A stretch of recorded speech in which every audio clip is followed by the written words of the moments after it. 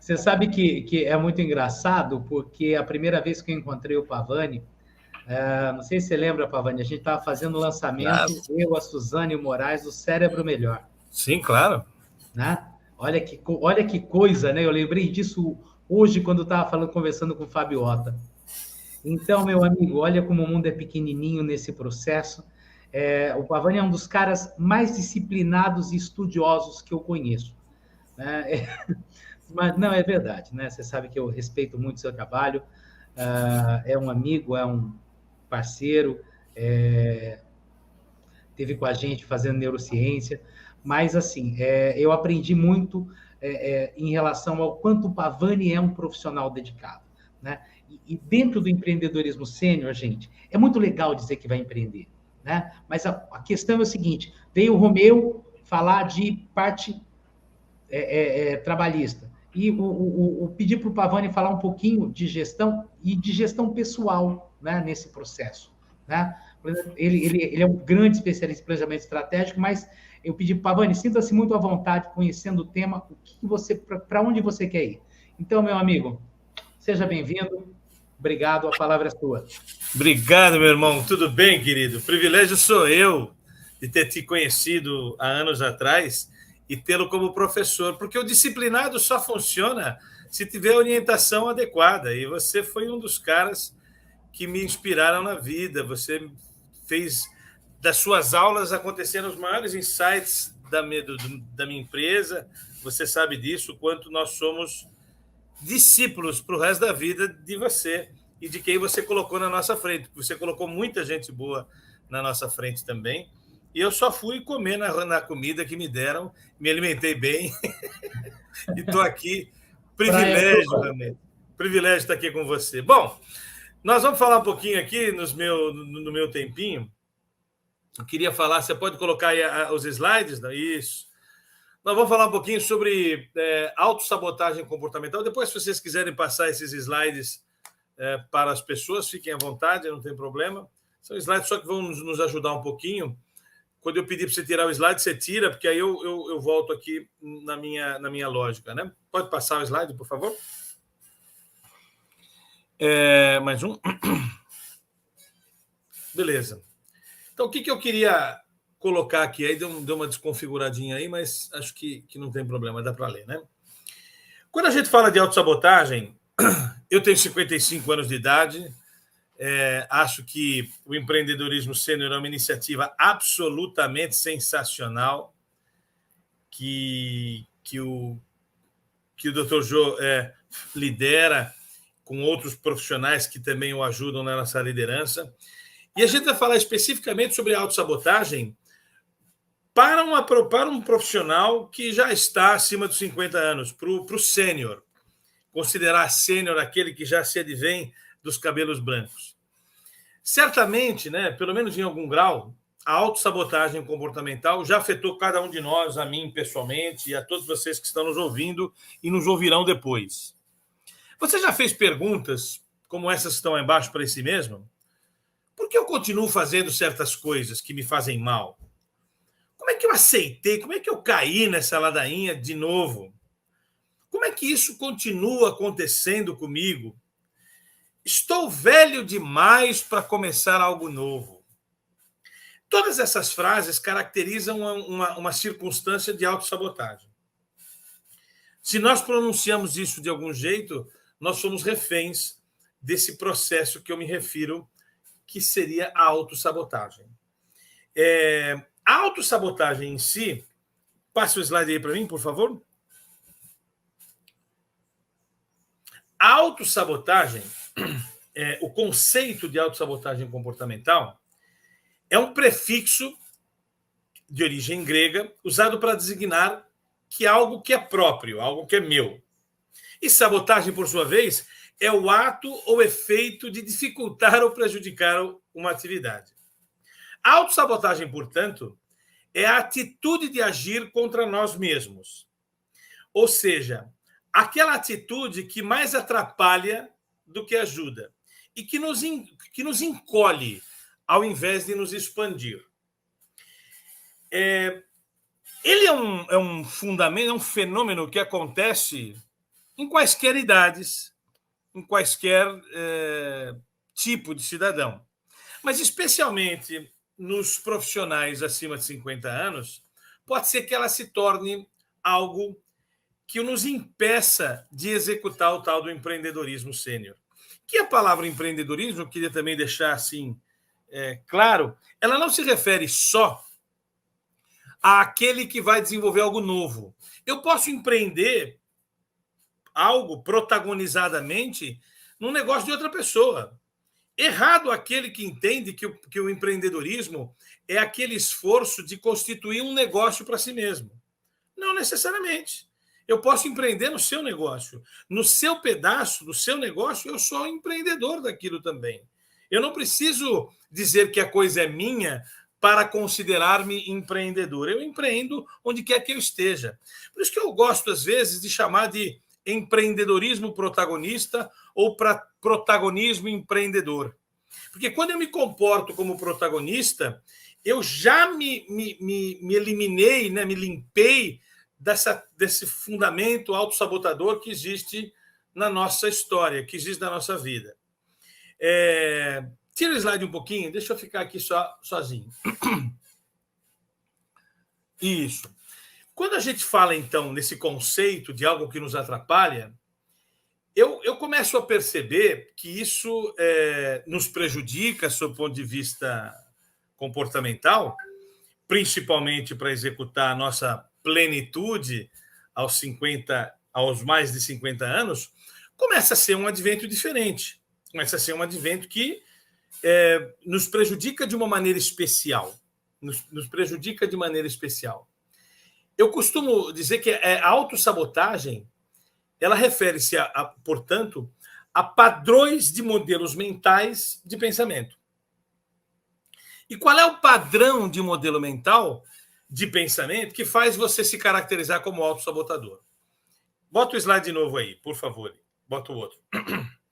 A autossabotagem refere-se, portanto, a comportamentos ou padrões de modelos mentais de pensamento. E já o Dr. João me ensinou, numa das aulas mais espetaculares que eu assisti, e que carrego até hoje esse conceito, não existe realidade, só existe percepção. É a percepção que temos de uma pseudo-realidade que nos faz se comportar do jeito A ou do jeito B. Eu vou caracterizar isso aqui na minha explicação rápida desse pequeno tempo que temos. Esse modelo mental de pensamento é o nosso filtro de mundo.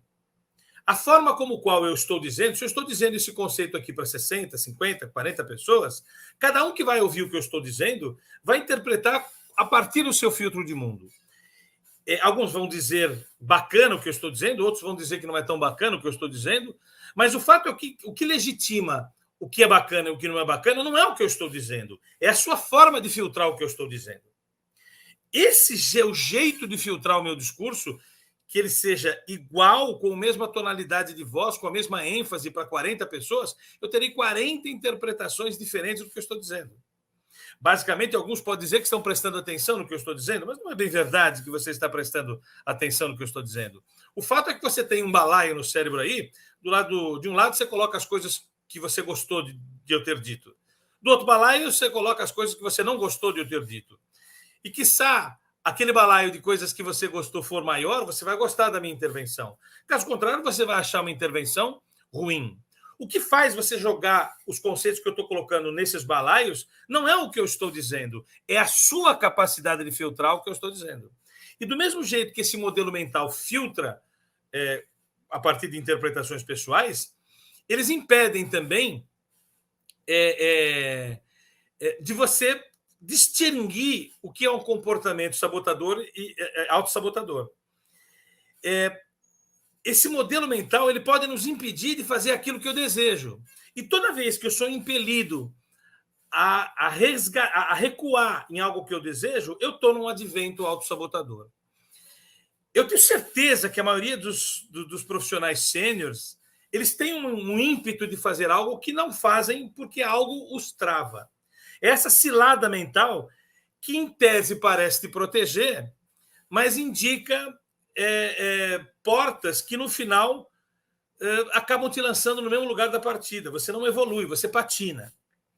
Muitas pessoas com projetos e objetivos muito legais acabam não conseguindo executá-los, por mais que se esforcem, porque eles só conseguem patinar sem sair do lugar. Essa patinação sem sair do lugar é um ato autossabotador, é uma autossabotagem comportamental. Por que, que a gente tem mais medo do que coragem e bravura para enfrentar um conceito que temos dentro de si uma vontade de fazer? Passa aí, por favor.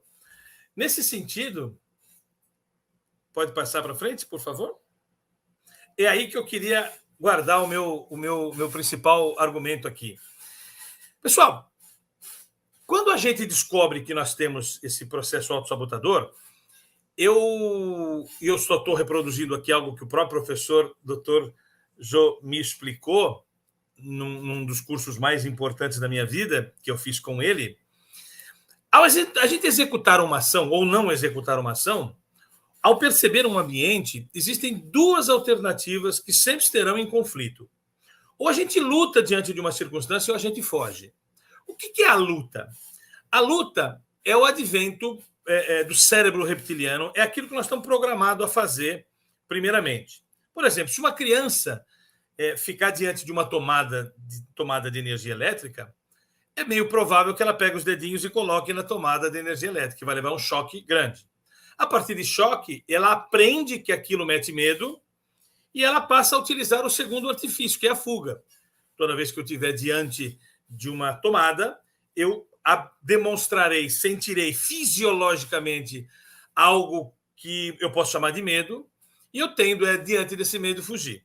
Então, a fuga é altamente relevante para o nosso sistema nervoso, porque ele está ali para que, numa possibilidade grande de não lograr êxito, eu tenho a fuga como alternativa. Se uma criança, da mesma forma, for colocada diante de um leão, a primeira iniciativa é ela dizer que esse leão como é que eu poderia dizer? Ele é um gatinho pequenininho. A criança vai lá, vai brincar com o leãozinho, perde o bracinho direito, descobre que esse leão não é tão amistoso, não. E esse leão acaba metendo medo nessa criança. A partir do momento que ela vê de novo esse leão, ela vai ter medo e vai tender a se defender, a fugir desse leão. Portanto, o medo, que é um componente grande da autossabotagem comportamental, ele é um componente importante, porque sem o medo a gente se torna irresponsável. Errado daquele que quer eliminar o medo. A gente tem que lidar com o medo com coragem e bravura. Mas o que a gente quer mostrar com isso aqui? Já que nós temos esses dois mecanismos, o mecanismo da luta, que ele é primário, é aquilo que a gente tende a fazer quando não conhece o risco, e o mecanismo da fuga, que é o mecanismo alternativo que nós temos, a partir de uma lógica evidente, de quando a gente não tem chance de lograr êxito, a gente tende a fugir, pernas para que te quero, né? É importante a gente dizer que a luta é o primário e a fuga é o secundário. O que a gente fez quando a autossabotação nos acomete? A gente inverteu essa lógica. A gente foge por padrão e luta por exceção. O correto seria a gente lutar por padrão e fugir por exceção. Ok? Isso seria, como Deus nos projetou, se eu posso dizer assim.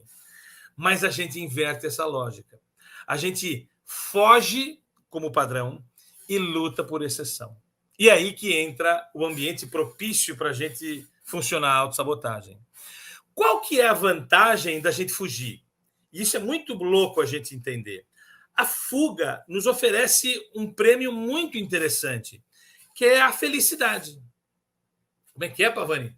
A luta gera felicidade? Por incrível que pareça, a definição de felicidade, numa das primeiras aulas que eu tive no curso de Medicina Comportamental, felicidade é o momento que eu subtraio uma emoção negativa, uma emoção ruim. Quando eu subtraio uma emoção ruim, uma emoção que eu considero ruim, a partir do seu modelo mental, e essa subtração me faz estar bem ou bem-estar, eu estou no modo fuga. Vou dar um exemplo. Você não gosta de visitar pessoas no hospital e elimina esse advento experiencial da sua vida. Você está em modo fuga, porque você subtraiu uma experiência para se manter em estar bem ou bem-estar. Percebe a subtração na vida? Ela lhe traz felicidade, mas é pelo meio da subtração. Você não gosta de visitar, frequentar velórios. O que você faz para ser feliz? Você elimina os velórios da sua vida e mantém-se feliz, porque você subtraiu uma experiência. Percebe o padrão da subtração? Aí você não gosta de lidar com o seu chefe. O que você faz? Pede a conta para não ter mais chefe. Você não gosta mais de lidar com o trânsito. Você pede a conta do trânsito, vai viver numa cidade que não tem trânsito até aquele momento, até aquela cidade cresce e vai ter trânsito de novo. Percebe o modo fuga como funciona? O modo fuga funciona quando o meu meio de ser feliz é subtrair experiências.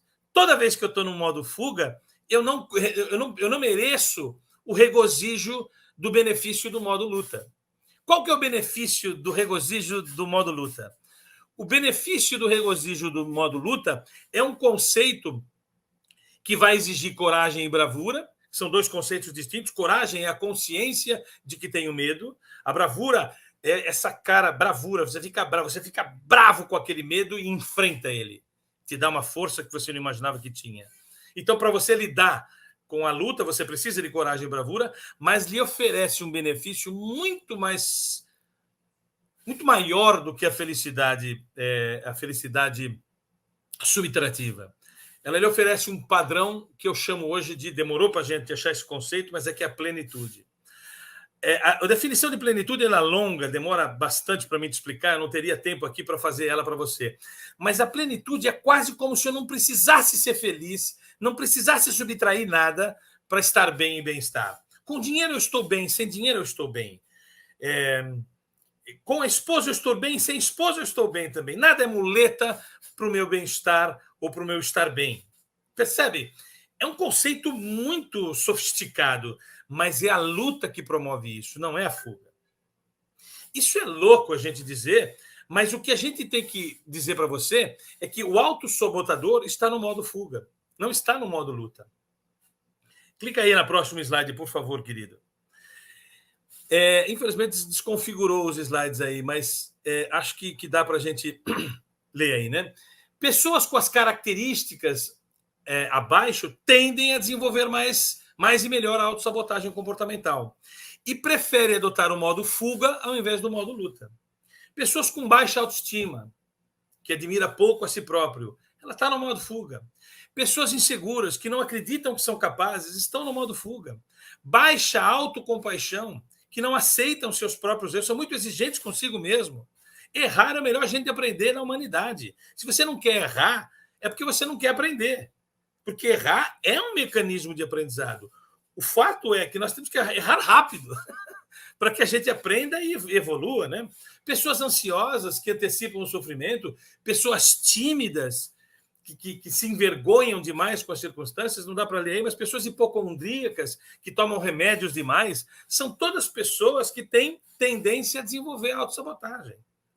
Essa sabotagem te impede de fazer o que você deseja. Então, eu queria, depois que a gente terminar aqui, a gente bater papo com os participantes aí, com o próprio Jô, para ele contribuir com isso. Mais 2 slides, por favor. Como superar a autossabotagem comportamental? Em primeiro lugar, aprenda e aplique técnicas para acionar alertas de consciência dos padrões do modo fuga.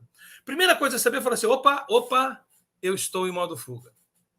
Eu estou em modo fuga. Eu estou num esforço subtrativo de uma experiência para que eu mantenha o bem-estar ou estar bem. Toda vez que a manutenção de um estado de conforto emocional é decorrente de uma subtração experiencial, você está em modo fuga.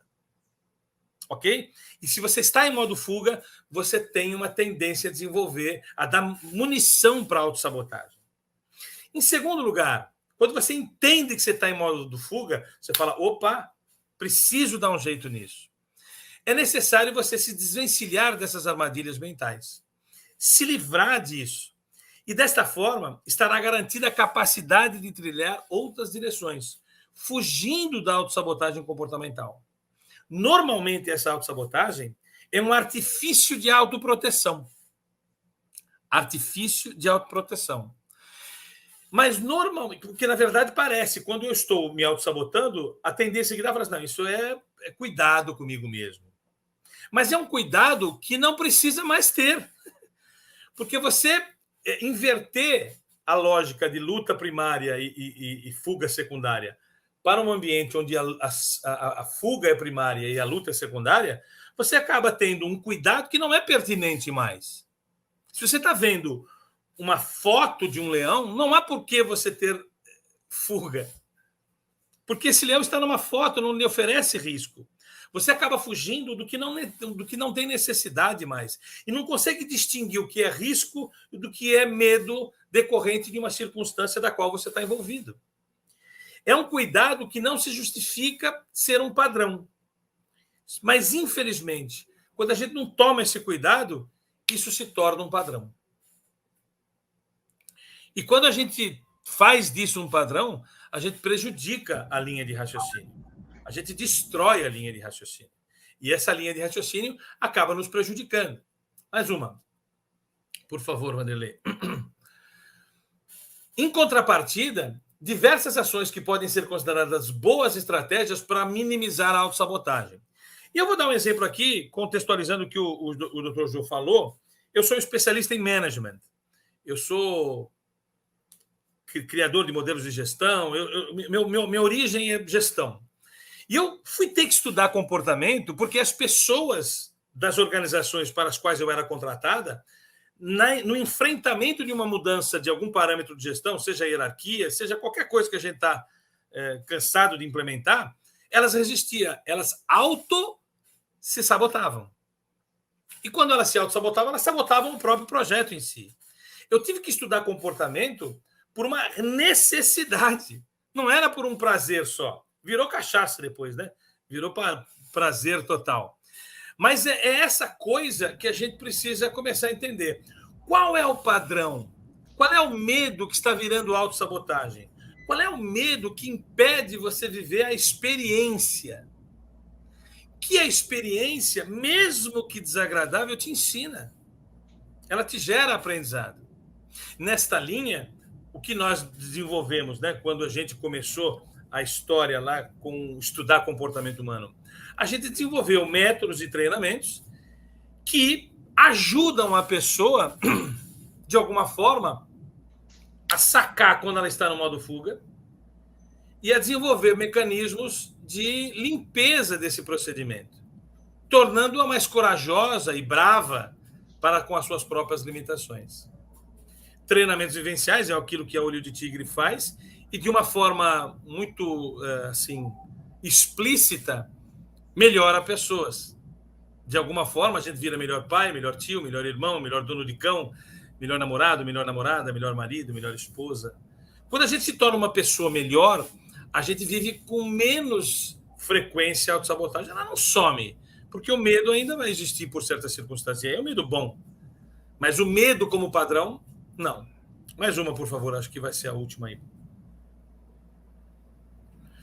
E aí eu queria chamar a atenção dessa... Nós temos um livro chamado As 30 Leis do Olho de Tigre, e uma das leis, ela fala da lei da coragem. E eu queria chamar a atenção dessa lei para você entender onde é que eu quero chegar aqui. Nós temos uma zona, uma coisa chamada limite, de onde eu não vou ultrapassar. Eu tenho um limite, o Jô tem um limite, o Vanderlei tem um limite, cada um tem um limite. Eu não vou correr nunca na velocidade do Usain Bolt. Não vai rolar. Eu tenho um limite de velocidade pelo qual meu corpo consegue conduzir. Mas existe uma máscara do limite chamada limitação, que é aquilo que a gente acha que é o limite, mas é apenas uma limitação. A limitação, tudo aquilo que a gente faz até a limitação, a gente nada de braçada. Eu vou chamar isso de zona de excelência, a zona da primazia, a zona onde a gente nada de braçada. Existe uma zona entre a limitação e o limite, que é a zona da mediocridade. Essa zona da mediocridade é aquilo que, quando nos dão, nós achamos que não somos capazes. Não dá para mim. É demais para mim. Onde é que está o aprendizado? Onde é que está a autossabotagem? Não está na zona da excelência. Está na zona da mediocridade. Como que eu diminuo a zona de mediocridade e amplio a zona da excelência? Pode ter certeza. Você jamais vai ampliar a zona da excelência fazendo coisas que estão dentro dessa zona verde. Para você ampliar a zona da excelência, você tem que invadir a zona da mediocridade, invadir uma coisa que a gente chama também de zona de desconforto, encarar os seus medos, ligar o modo luta ao invés de modo fuga. E aí, quando você simplesmente entrar na zona da mediocridade, e para isso você vai precisar de coragem e bravura, você vai aumentar a zona da excelência e diminuir a zona da mediocridade. Esse é o caminho.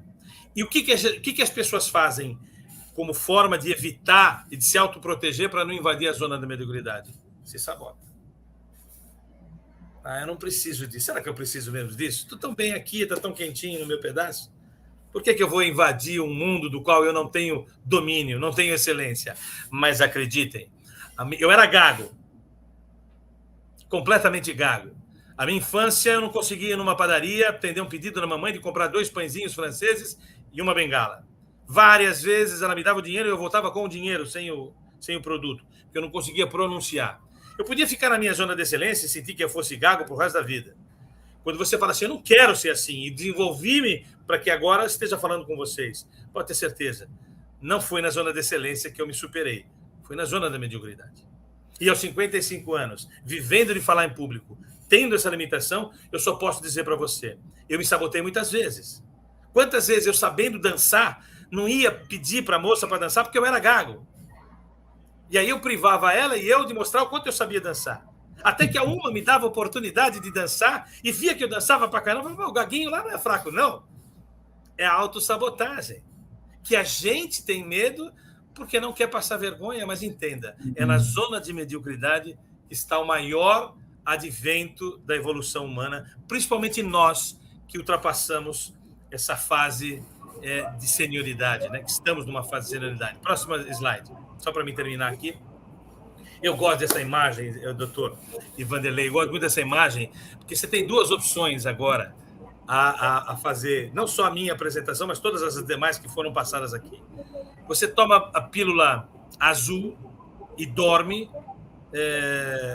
e acorda pensando que tudo foi um sonho, continua nesse modo fuga, ou você toma a pílula vermelha e enfrenta a realidade, enfrente aquilo que você tem que enfrentar.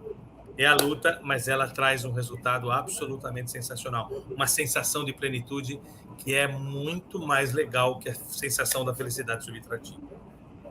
Pavani. Pois não, meu querido. Acho que ultrapassei meu tempo aí, não. A gente vai administrando, mas faz parte. É muito conteúdo, a gente sabe disso. Eu tenho o Pavani se tornou a primeira empresa a usar tal como metodologia, né? É um conceito que eu desenvolvi, tive o privilégio de ter Pavani aí como... O privilégio é meu, querido. Esse conceito está lá, ele é teu e eu só sou um usuário dele. Eu sei, não, é muito feliz. Como eu disse para vocês, né? Eu nunca mais vou fazer um congresso com 20 minutos, Pavani, nunca mais. Mas eu aprendo, a gente aprende. Não, cara, aprende, né? Não adianta, né? Os outros... É isso. Mas, irmão, obrigado. Eu acho muito interessante como as pessoas vão desdobrando aquilo que a gente compartilha, o conhecimento que elas vão tendo. Tenha certeza que eu, Zé Roberto, que é o nosso mestre em medicina comportamental, né? Irmão, foi extremamente válido. Eu espero que as pessoas entendam que não é defeito, é um padrão. E padrão a gente muda. Bom, a gente muda, a gente é capaz de mudar. Agora, precisa de... Eu achei interessante que o meu disse, coragem é você, sabendo do risco, você tomar a decisão. Vai ser fácil? Não. É possível? Sim, é. A escolha é sua. A bravura, essa cara que você fala, não vou, essa cara de bravo, porque se você não tiver cara de bravo, você vai se render à autossabotagem. Irmão, muito obrigado, querido. Fica com Deus. Grato, meu irmão. Fica com Deus. Conte comigo para sempre aqui. Para sempre. Obrigado, Pavani. Obrigado, Pavani.